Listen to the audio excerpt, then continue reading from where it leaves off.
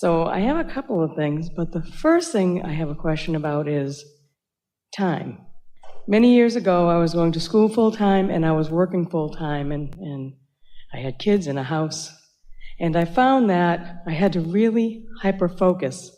But if I hyper-focused, it was almost like I could stop time. I could get so much work done in such a short period of time that other people who had plenty of time weren't getting my grades, they weren't getting the work done. It's not just hyper-focus. It's not just focusing a lot. It's focusing in the direction of source, which gives you leverage and assistance from a whole lot of non-physical help. There is such leverage in that alignment. Esther always said to Jerry, I shine in a crisis. And he knew it. He witnessed it. And so he wanted to talk to us about that. And we said the crisis makes her focus, and the focus taps her in to leverage. Okay, so it felt like time almost would slow down or stop. Time is perceptual, of course, because of the movement of your Earth in its orbit and the rising and the setting of the sun. Of course, we are in agreement with you that there is day and there is night, and we understand how you want to turn that into days on your calendar and hours in your day. That's all a wonderful thing. That's one of the great benefits of this time-space reality. It causes you to focus. It just does, doesn't it? It causes you to focus. And focus is what creating is about. But when we say time is perceptual, we mean when you're tuned into the whole of who you are, you're looking at the whole of this in a whole different way. So when you're tuned into your inner being, you never have time shortage consciousness because you're tuned into your inner being who understands how much leverage you have and how much power there is and how much wherewithal there is, how much ability to create there is, how much leeway there is in time. Where when you're feeling time shortage consciousness, now you've pinched yourself off from all of the advantages, and now there's never enough time. But here's the thing that we really want to get to, because we know this for sure, and you may remember it. It is so satisfying to make a decision and move in the direction of it. It's just so satisfying. But if you get into that bind where you say, I don't have enough time, so I don't get to do the fun things. I only have time to do the things I really need to do. And I don't have time to do the fun things. Now you're in time shortage consciousness. And now you don't have that leverage. Now you don't have all of that benefit. And now, most important and germane to this conversation, you're not feeling satisfaction. If we can convince you, just in these hours that we're together, the satisfaction is the key. That identifying what satisfaction feels like to you, noticing when it happens, so that you are identifying it and isolating it and practicing it a little bit when it sneaks up on you, and then looking for reasons to feel that way on a regular basis. In satisfaction, you will eliminate money shortage consciousness, you will eliminate time shortage consciousness, you will leave out of your vibration so many things that are resistant in nature that bog you down and keep you from the leverage that is so beneficial.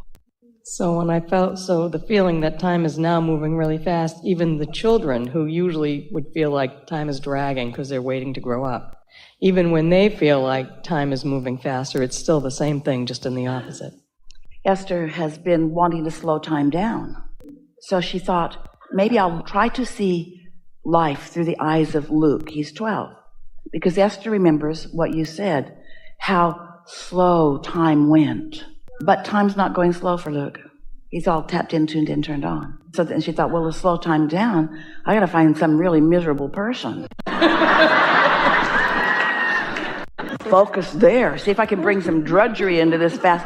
And then she thought, wait a minute. If I am eternal, then why would I want to not eat up as much deliciousness in any moment in time as is possible? And actually what begins to happen is, as you really get tuned in, and you allow, therefore, because of your alignment, a consistent and therefore greater and greater momentum building moment and moment and moment, so that so many things are converging in each moment. It's going to be the fullness of time, not the length of it, that gets your attention. And it will begin to feel timeless because your logic tells you for this much to happen, It should have taken way more time and way more involvement from way more people.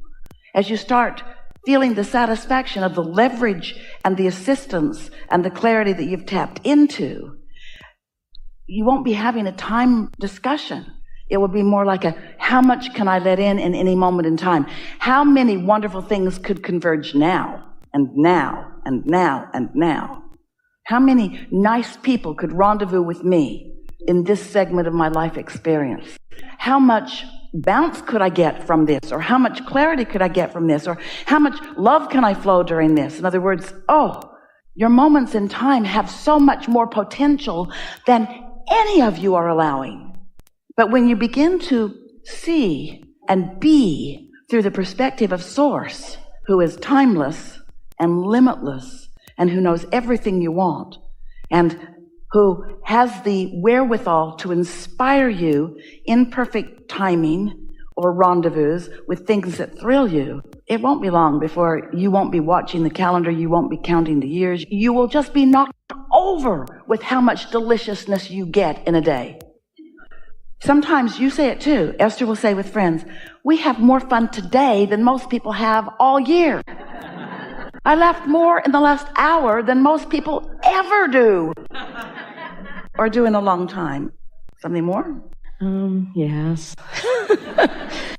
The last few years, I realized that I wanted to end something that I've had for a long time. You want to end it? Well, not my life, but part of my life. So I kind of started really letting somebody know that I kind of wanted out. And by doing that, and I knew what I was doing, by doing that, just so they were aware of what I thought was going to come, I put a lot of resistance and lack in my vibration that previously I had gotten really good at. If I think something I don't like, just quickly switching my thought, I became really good at that. So things went really well for a long time. And then I had this revelation that I just kind of wanted out. And so I started thinking the thoughts that weren't at a very high vibration to try and get out. We want to talk about those thought pathways again, because it's really interesting when you want this and you don't want this, and you push against this, you just make the thought pathways more to that, don't you? Yeah, no, I knew that it wasn't the right thing to do, really, even vibrationally. I knew it wasn't. You're continuing the suffering. How come? Well, now I'm kind of stuck because I did that for long enough that things I thought were going really well, and I started something that felt so good and I was so passionate about. And then shortly afterwards, I lost a job where I could work from anywhere. And so then I kind of tried, I really started listening to Abraham a lot. I know you've been listening, but have you been hearing? I've been trying. Just say... Today. Happy, yes. Today. Yes, I have been. What do you do when you're in a spot that you don't want to be and you can't get your attention off that spot? You look for something satisfying and positive. But what if you can't do that? What if law of attraction has got so hold of you that even though you're here in an environment like this, you still are talking about that? What do you do? What do you do when you can't stop talking about it? What do you do? Shut up. What do you do when law of attraction won't let you shut up? What do you do? Meditate. Go general. Go general is the best thing to do if you can't take a nap. Or go general is the best thing that you can do if you don't have an opportunity to meditate. But how are you going to slow that momentum? Because it's not going to happen. You say that, we say this, you say that, we say this, you say that, we say this, you say that, we say this, and no improvement in your vibration happens, and we're really good at this. You've got to find some way of giving that a rest. And you know what's really working in your favor? You just said to us, what I didn't work, and I know it didn't work. And so you're sort of in this place of resolution to do something different than that. This is a really serious question that we're asking you. If law of attraction has got hold of you on an issue, and it does, And so every time you get anywhere near it, music makes you think about it, somebody else is saying something about it, every television program points right at it, even the television commercials point at it. You walk down the street and strangers remind you about it. In other words, it's everywhere. It's in the atmosphere everywhere because law of attraction is so good. Law of attraction will keep feeding back to you what's in your vibrational pipeline. It just will. What is the logical resolution of that? I'm going to set aside deliberately 15 or 20 minutes every single day where law of attraction doesn't have access to that activity within my vibration because I'm shutting it all down. Not just that, I'm shutting it all down. The good and the bad and the ugly, I'm shutting it all down. I'm not going to think about that thing I'm thinking about. Oh. Do you meditate? Yes. Yes, and I've been trying to get back into doing that regularly again. I have meditated, but I haven't been meditating lately. Not as often as I should. I don't meditate. I don't use this tool, but it's a tool that I understand and it's a tool that I will use. And I understand that when I find something to focus on, really? Something to focus on, really? Can you focus? You are like a dog on a bone. You are one of the best focusers ever. You focus. So you surely can focus on the air conditioning, the silence. But is there silence? If you listen. Listen. Hear it? It's not silent. You hear the air conditioner? Do you? Wasn't easy, was it? Gotta listen. Not them. They're making noise back there. Chewing gum. Unnecessary laughter. More unnecessary laughter. More unnecessary laughter. You have to isolate that sound. You have to identify it and isolate it, and that takes focus. Identify it and isolate it. Listen to it. Notice it. That takes focus. Listen to it. Are you hearing it more now that you're listening for it? Yes. So that's all. Just do that. Just do that around the other things. Esther was meditating with a friend in the garden one day. They went to this beautiful place with a stream. Esther's got a man-made stream running through this place. And as soon as they sat down, jets started flying over. And at first Esther thought, we didn't pick a very good place. And then she realized, no, this is the best place. I have to isolate that stream in the midst of all this other noise. And that's what life is. Life is isolating what's satisfying in a noisy, unsatisfying world. That's what it is. As you identify it and isolate it and focus on it. And when you focus on something as insignificant and boring, you're not thinking thoughts like, that's not a very good air conditioner sound. I've heard better. There's no judgment. There's no vibrational legacy. That air conditioner is not going to push your buttons. It's not going to yank your chain. It is a neutral thought that when you focus upon it, it's going to allow you to quiet your mind. And when you quiet your mind, your inner resources become dominant. And your vibration will, first day probably, second day more, third day more, the vibration of your being will rise to the equivalency of your inner being.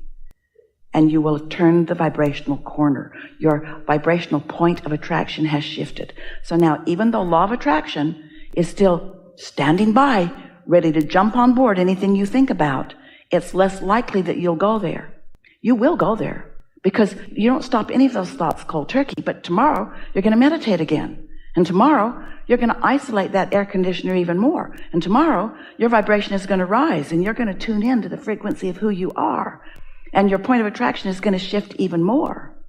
And you're going to become increasingly, with every day of meditation, it is our promise to you, more of a vibrational match to the things that are in your vortex. And so this is carving out the path, carving out the path, carving out the path. You meeting your inner being halfway? No, you don't have to meet your inner being halfway. Your inner being has come 99% of the way. You only have to meet your inner being 1 to 99%.